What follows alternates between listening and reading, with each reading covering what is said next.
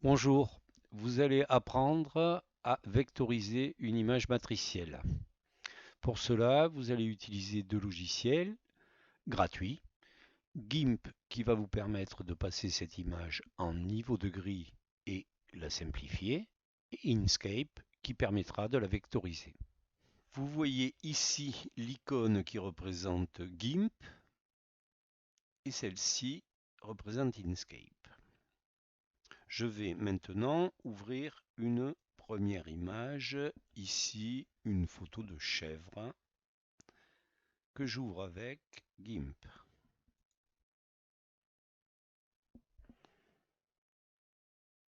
La voici.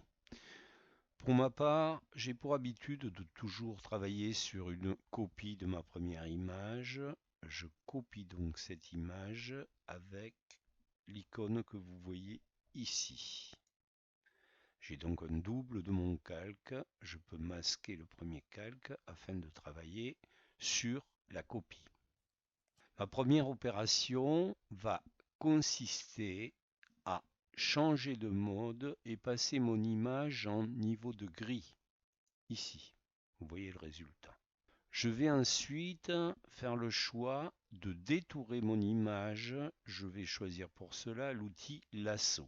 Vous voyez que j'ai pris le soin d'adoucir les bords et de mettre ici un rayon de 10 pixels, ce qui a pour effet d'atténuer le contour de la sélection et le rendre donc plus fluide.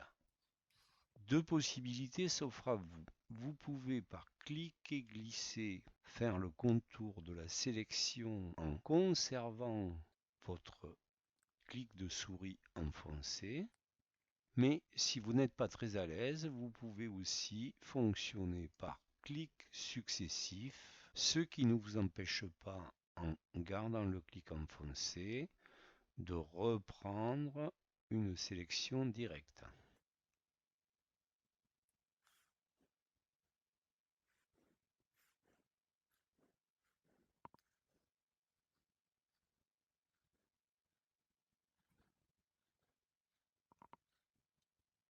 Je complète ma sélection ici en la bouclant. Vous voyez que quand je la boucle, la pastille jaune s'active. Un clic et vous voyez que ma sélection est maintenant en surbrillance.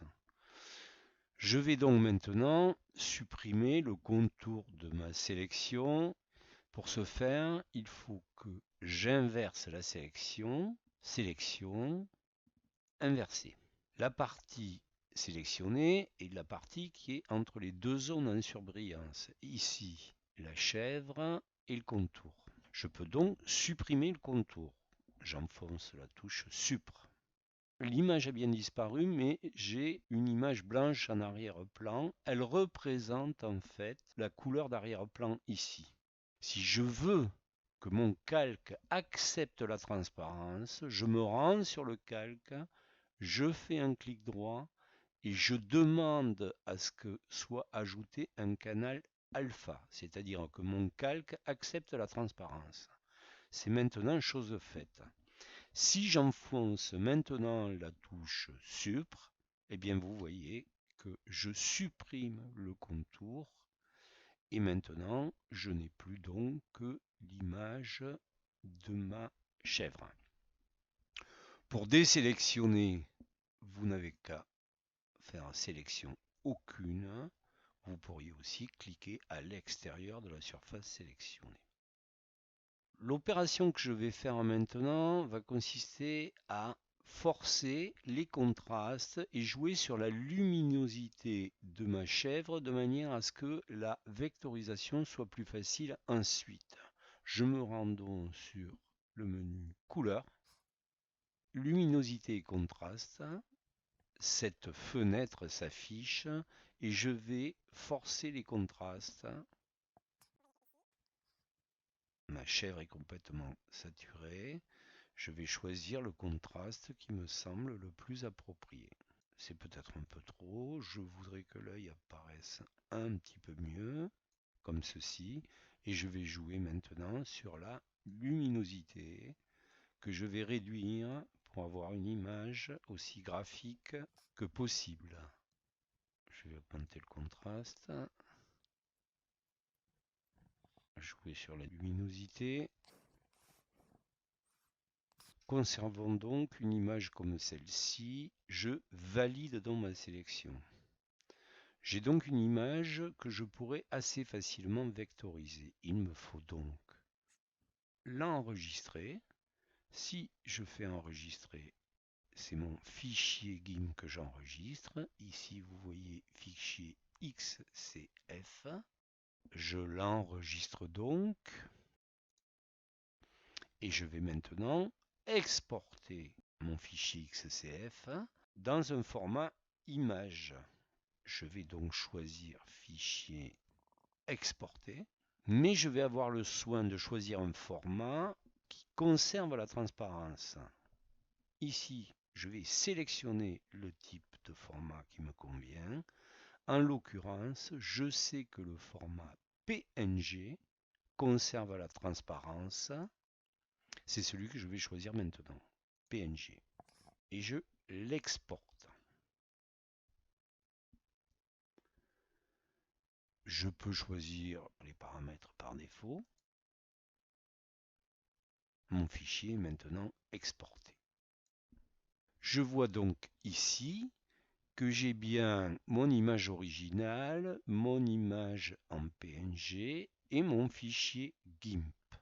Je vais maintenant ouvrir mon image PNG, qui a donc la transparence, avec Inkscape, qui est un logiciel qui permet de traiter des images vectorielles.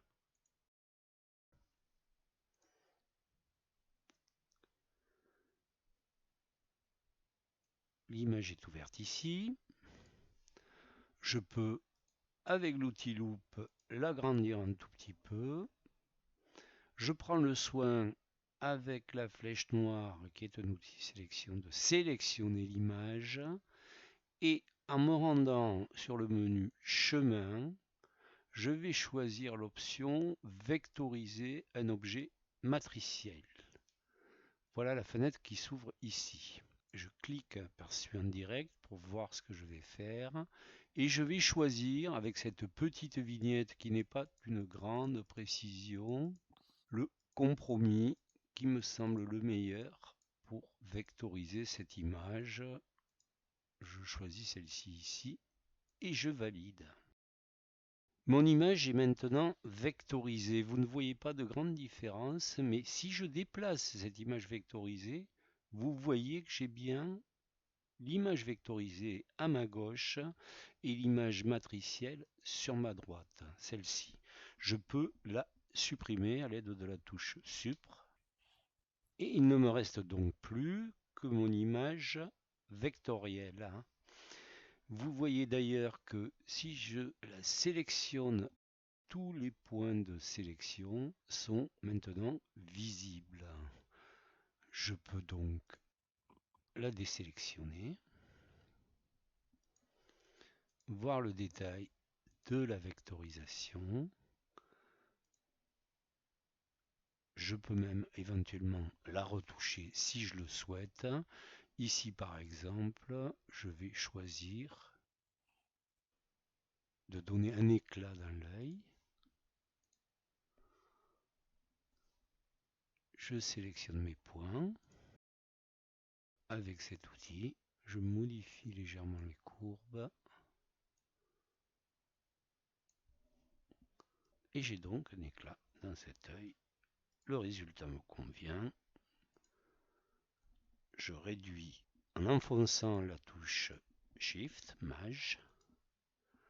J'aurai même la possibilité, si je le souhaitais, de simplifier ma sélection. Ici, chemin, simplifier pour diminuer le nombre de points sélectionnés, comme c'est le cas ici. Et voilà donc quel serait le résultat. Je peux aussi évidemment enregistrer mon fichier.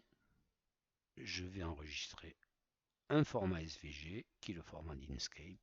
J'enregistre. Mais je peux aussi exporter à nouveau un format PNG. J'exporte dans le dessin. J'exporte sous. au même emplacement chèvre vectorisé. Vous avez donc ici le format SVG, le format PNG et mes fichiers précédents. À vous maintenant de traiter vos premières images et de les transformer en images vectorielles.